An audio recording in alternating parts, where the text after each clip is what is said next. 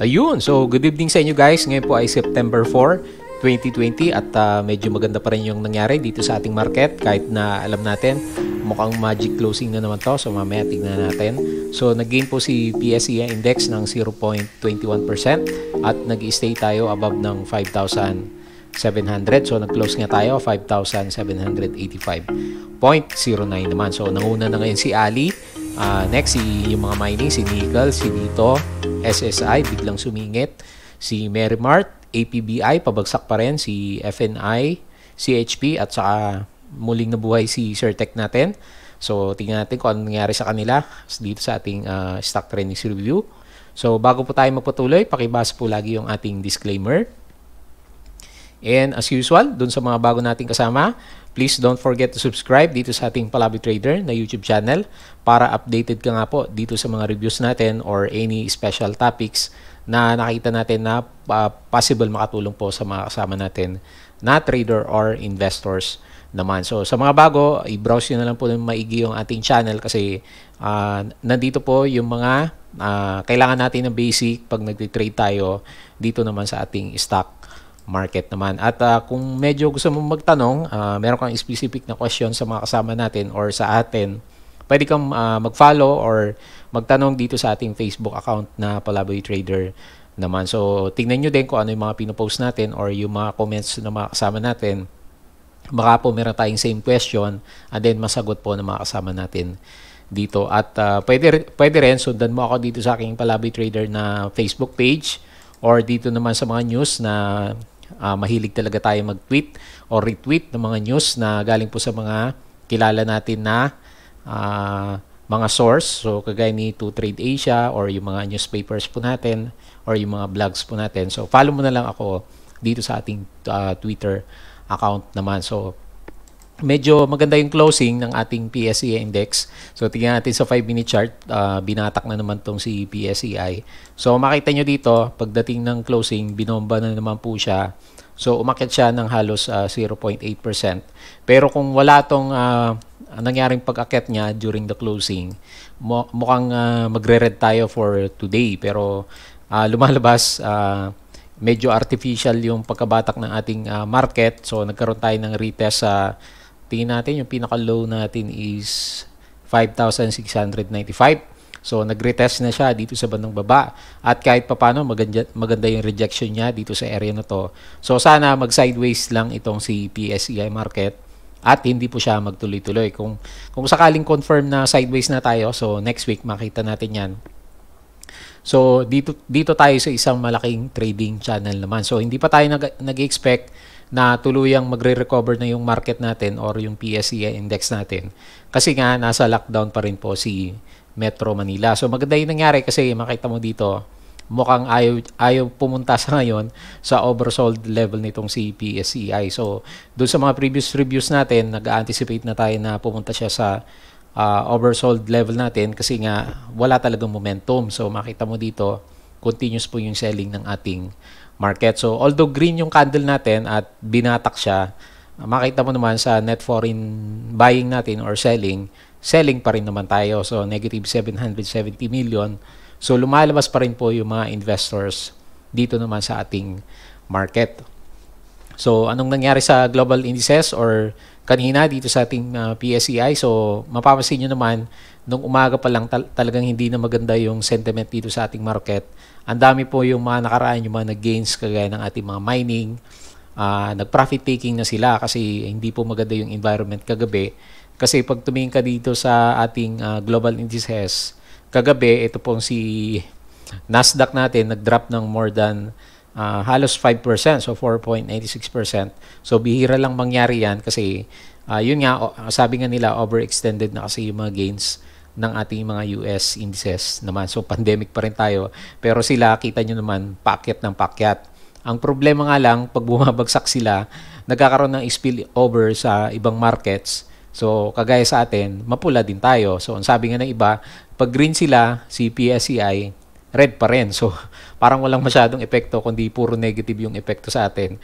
Yung galaw po ng ating US market naman. So, tingnan natin for today. So, mukhang nagko-correct or gustong bumalik ng konti nitong si futures natin dito sa ating Futures naman, so halimbawa si Nasdaq, meron tayo nakita sa kanya kanina. So yung futures niya is green. So ito yung drop ng futures niya kahapon. So nagbagsakan siya, and then ang epekto sa actual na trading nila sa kanilang Nasdaq Composite Index. So ito nga, nagkaroon siya ng halos 5% na drop.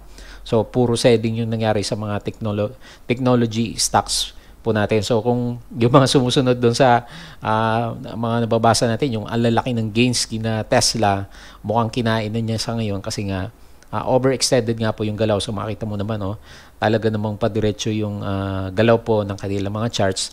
Halos araw-araw kumikita po yung mga traders dito sa Nasdaq Composite Index. So dahil may spillover yung nangyari po dito sa ating US market kagabi, so tignan mo naman, yung buong Asia po natin is naging mapula. So meron pa nga dyan, more than 3% yata to. Sumabay talaga sa pagbagsak ng kanilang market. The rest, more than 1%. So parang kakaiba din naman yung nangyari. So kita mo, ang laki ng binagsak ng Asia, si PSEI. Hindi siya bumagsak. So na-save naman tayo dahil nung huli, tayo naman yung sobrang bumagsak. Sila, puro green naman dito sa bandang Asia. So ngayon, nagre-recover na si futures ng ating Europe. So makita mo dito, pag green na yung kanilang mga charts at mga values. At itong si US, mag-expect tayo ng recovery ng konti naman sa kanya. So ganun din sa ibang metal products natin, di ba?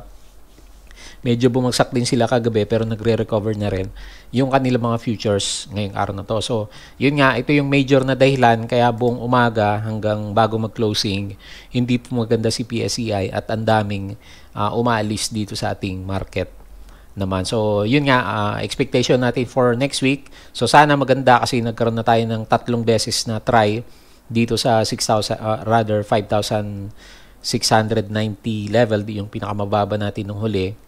So bumalik naman na tayo sa GCQ, di ba? So ito kasing pagbagsak na to nung MECQ tayo, biglang nagkaroon ng MECQ. So ngayon, GCQ na si Mega Manila. So sana mag-recover na siya at magkaroon ulit na retest dito sa ating MA 100 for the coming few weeks. And then sabi natin, malapit na rin matapos yung ghost month until September 16, ang sabi nila. So sana magbalikan na yung mga Chinese investors naman dito sa ating market. So wala pa rin tayong optimism, although sabi natin meron na tayong good sign kahit papaano kasi nakailang try na tayo sa 5,690 na level po ng ating PSEI index. Okay, so yun po yung mga nakita natin dito sa global saka local markets. So dito sa mga top trending stocks, wala masyadong news na makikita sa kanila maliban kay dito sa trending natin sa ngayon, itong si Ayala naman. So ang ganda ng recovery ni Ayala. So mukhang isa siya sa bumuhat ng ating index kasi meron din yata magic closing to. Pagdating ng closing, umakyat din siya dito sa ating 5-minute chart. Umabot din siya ng more than 1% ng closing. Pero nag-recover na nga siya nung bandang umaga hanggang pahapon na. So bago magkaroon ng closing, nag-green na nga po itong si Ali natin. So mukhang yung candle natin kahapon, yung undecided na candle is yun na yung pinaka-bottom sa ngayon itong si Ayala po natin. So lumalabas. So ito yung isang confirm na support natin at around 26.5 pesos.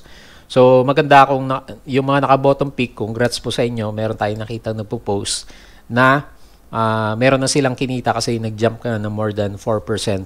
Itong si Ayala naman natin. Ayan. So, yan yung isang mga catalyst na inaantay natin. Nag-close siya ng green.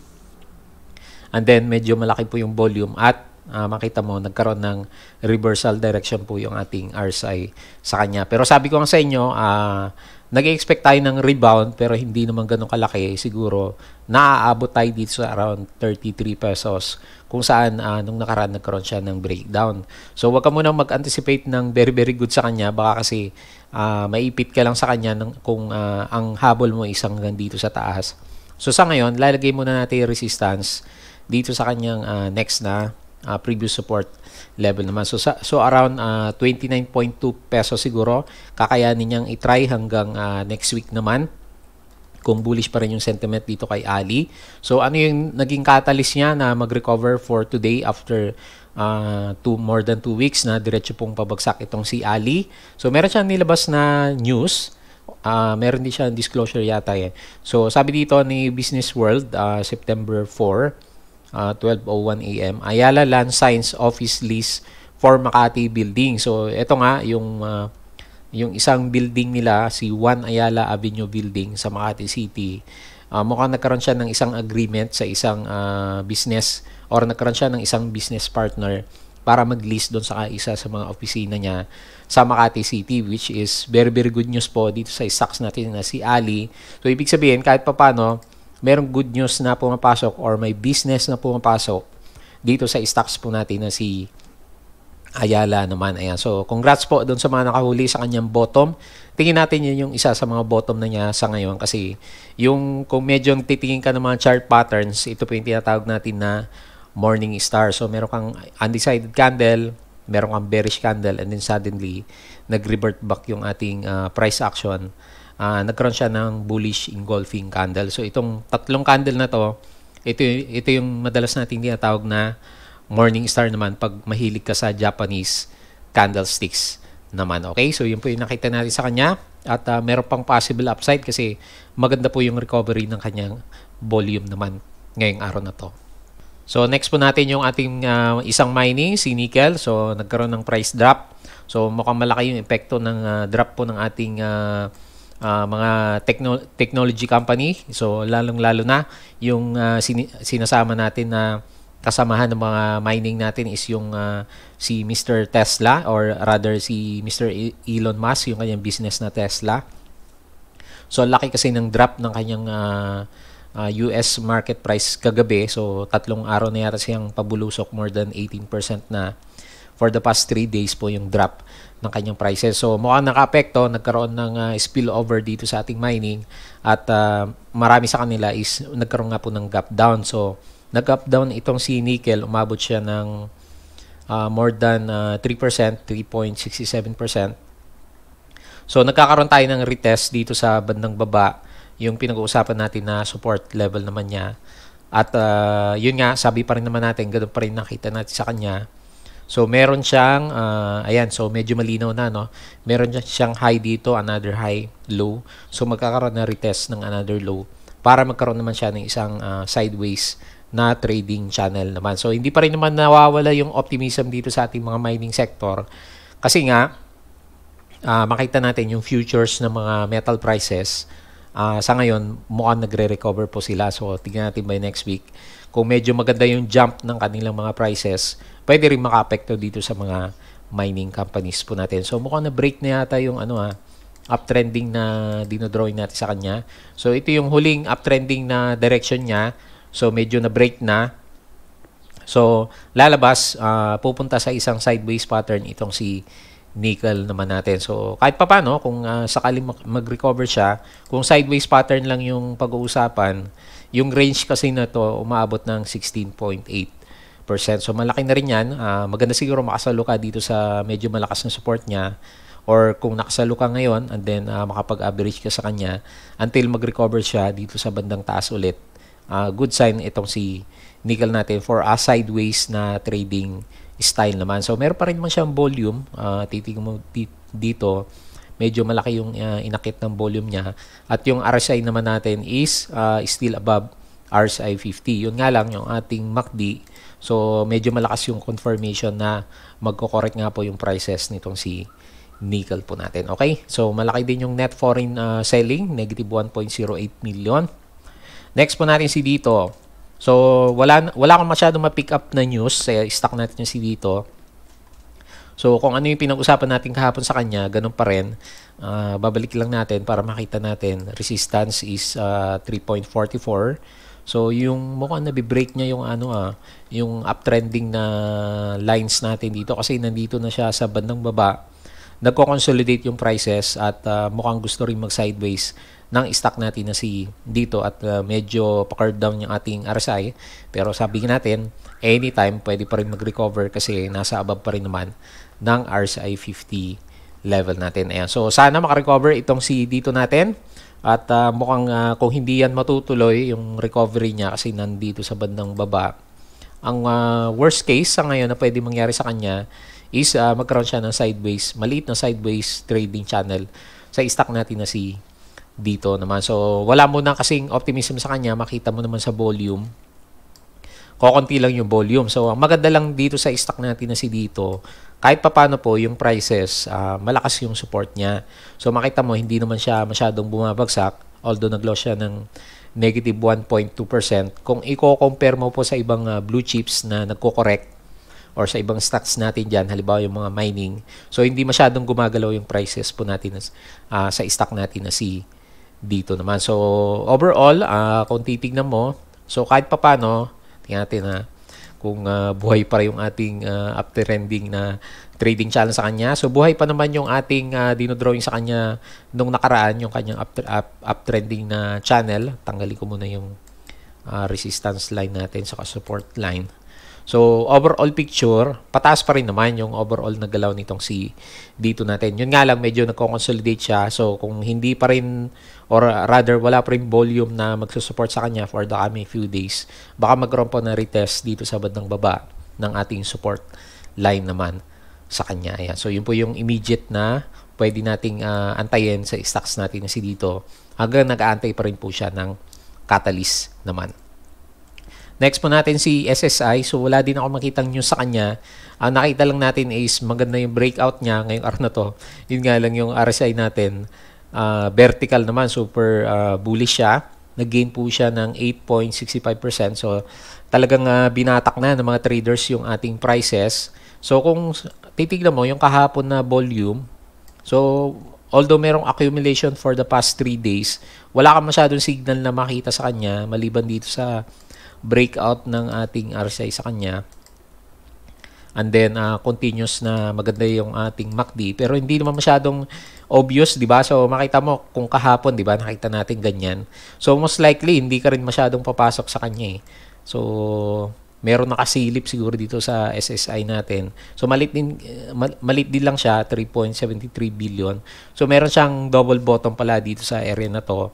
Pero hindi masyadong obvious kasi hindi naman gumagalaw masyado yung prices. At eto nga lang yung parang catalyst niya kahapon. Pero ngayon, kung titignan mo yung kanyang galaw, talagang binatak na siya. So, siguro nung nagkaroon ng breakout dito sa around 1.06, binatak na itong si SSI natin. Tingnan natin sa 5-minute chart. So, 1.09 pala yung breakout level nitong si SSI natin. So, yan, so nagkaroon siya magandang opening, may volume, nag-consolidate ng matagal, and then binomba na around, anong oras to?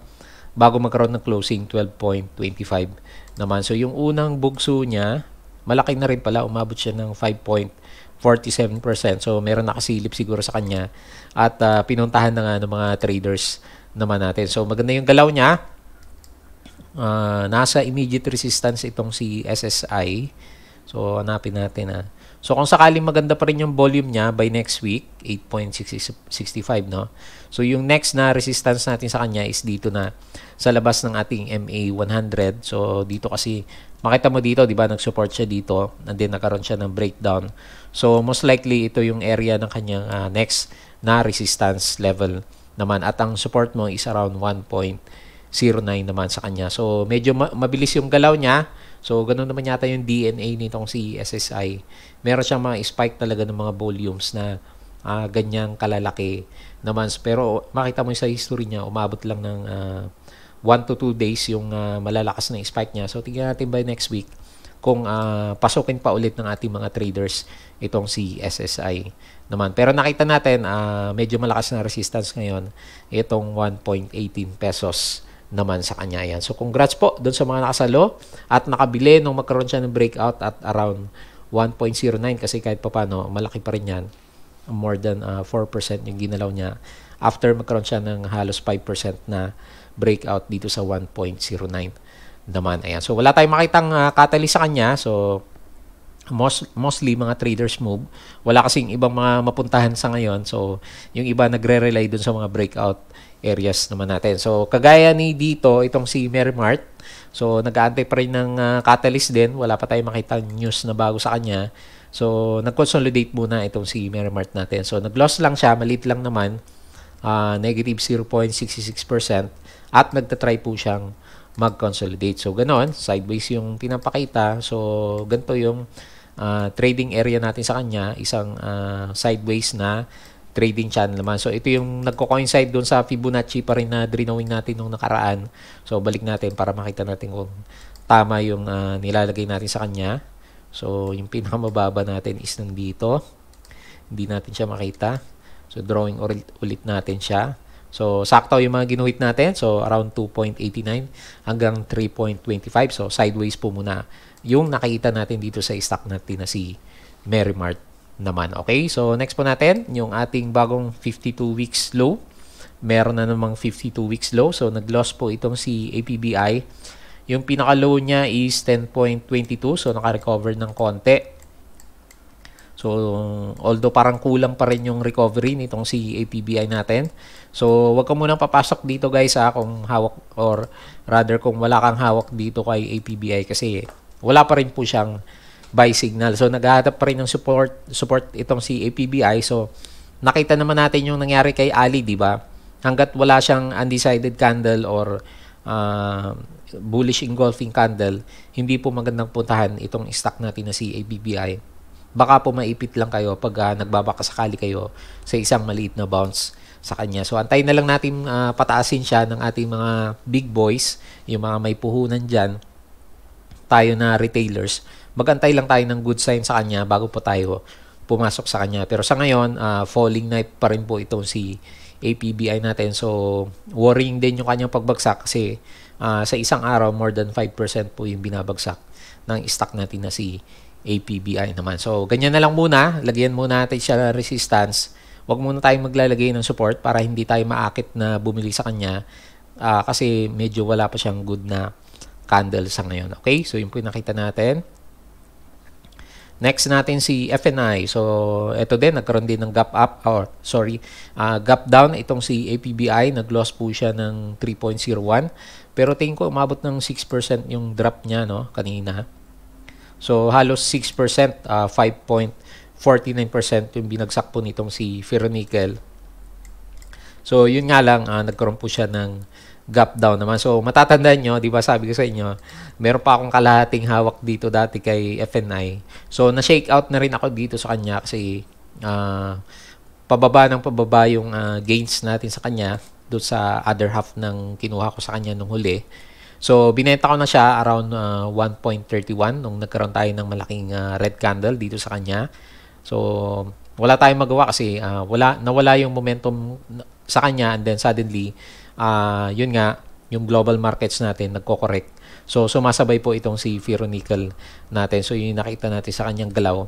Kaya, nag-take profit na tayo. So, binuo na natin yung other half ng gain naman natin sa kanya. Anyway, sabi nga nila, gain is gain. So, yung mga may hawak, tingnan natin kung anong pwede niyang putahan. So, sa ngayon, medyo nawawala ng momentum yung RSI, pero sabi ko nga, basta above RSI 50, anytime pwede magkaroon ng chance sa spike ng kanyang price.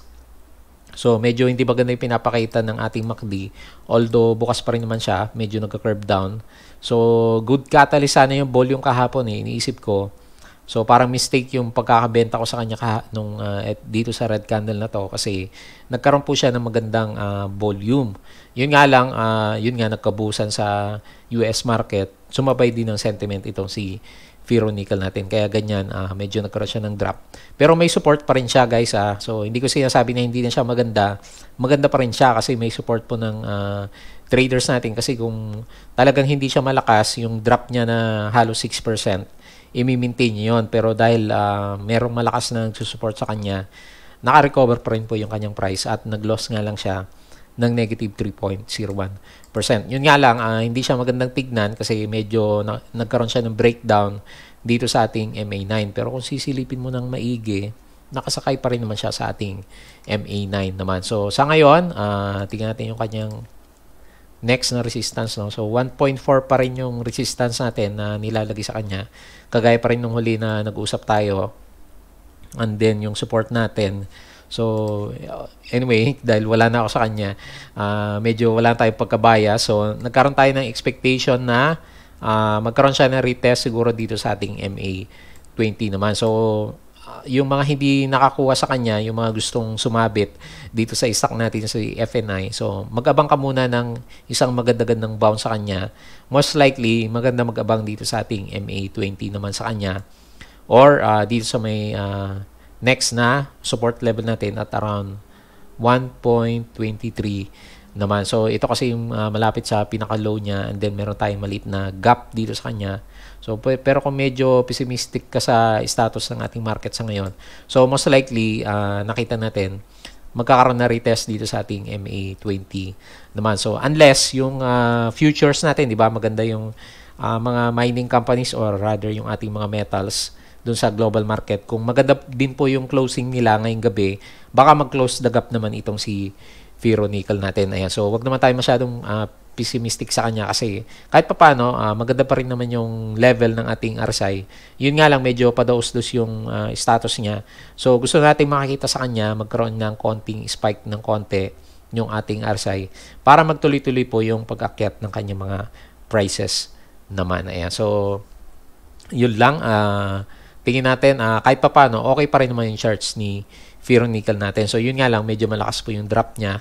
So anticipated natin niya kasi nga nagkaroon po ng hindi magandang status yung ating US markets naman. So yun nga, kasama yung mga metal products po natin. Okay, so yun po yung nakita natin sa kanya. So meron tayong isang malaking trading channel siguro na antayin sa kanya 1.22 hanggang 1.41 kasi medyo na-break na natin yung ating uptrending na MA9 dito sa area naman na ito. So pwedeng sabihin nandun pa rin siya pero medyo nakasabit lang siya. So hopefully magkaroon siya ng reversal by next week, mag-close the gap, then tuloy-tuloy pa rin po yung momentum ng stock natin na si ferronickel naman. Okay, so next po natin si CHP at mukhang malakas talaga.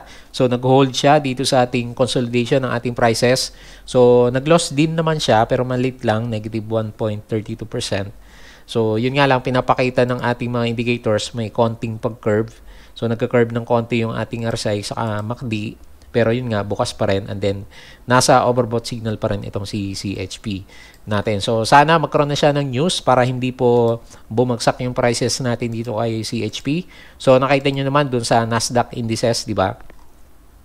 Hindi masyadong nag-stay sa overbought level yung ating mga signals kung walang masyadong kwento na nagsusupport po sa kanilang mga prices naman. Although makita mo, bullish pa rin naman talaga siya kasi nasa taas pa rin naman ng ating MA9 yung ating mga prices, itong si CHP natin. So hopefully, kung magkaroon man siya na retest dito sa ating MA9 or dito sa ating ascending trend lines, so mag-bounce lang siya at medyo malapit na rin siguro mag-decide itong si CHP kung talagang bang babasagin niya itong resistance natin or magkakaroon siya ng drop muna, magko-consolidate muna dito sa bandang baba habang nag-aantay naman ng news dun sa rumors po ng buyout ni SM dito kay CMEX naman. Okay, so yun po yung nakita natin sa kanya. So kaabang-abang din to si CHP, no? Lalo na yung mga holders kasi nagko-consolidate siya and then nag-aantay kung magkakaroon siya ng breakout or hindi naman. Okay, lastly, punta tayo dito kay Certec.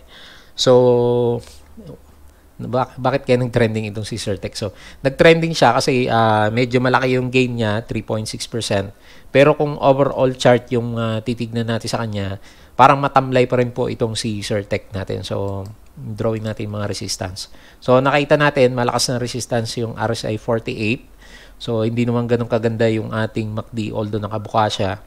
Pero makita mo yung price action, may konting pattern kasi ng pagbaba sa kanya. So, ang inaasahan na lang siguro natin sa kanya, magkaroon siya ng additional na breakout dito sa area na to para medyo mabuhay naman siya. So, yun nga lang kasi yung nakita ko sa kanya at a glance, pababa kasi yung peaks ng ating mga prices dito kay Certec naman. So, anyway, hopefully, wag namang masyadong bearish sa kanya kung medyo meron siyang green candle by next week. So, ito yung bago nating trading channel naman sa kanya. So, nag-a-adjust tayo ng pakonti-konti, no? Kasi hindi naman masyadong gumagalaw yung prices niya at nahirapan pong umakyat itong si Certec kasi wala po siyang masyadong volume. Makita mo yung volume. Maliit na maliit lang po dito kay Certec po natin. Okay? So, yun po yung nakita natin sa kanya. Hopefully, catalyst for small rebound itong si Certec. at hindi siya magkaroon ng breakdown ng prices for the coming few days naman. Okay, so balik tayo dito sa ating PSEI.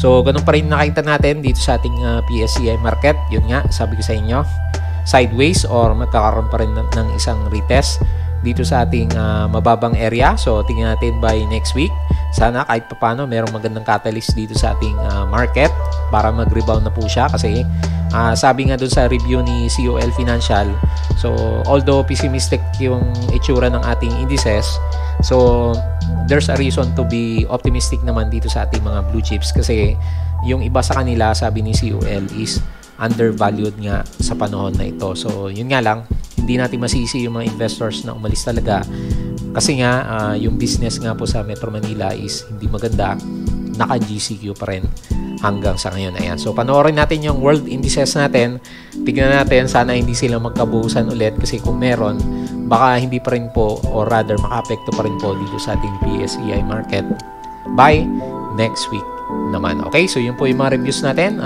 yung wrap up natin for this Friday. As usual, don't forget to subscribe dito sa ating Palawi Trader na YouTube channel, at follow mo lang ako dito sa aking Facebook account, ganun dito sa ating Facebook page, at dito naman sa ating Twitter account. So maraming salamat po sa inyong panonood at pakikinig. Happy weekends po sa inyong lahat.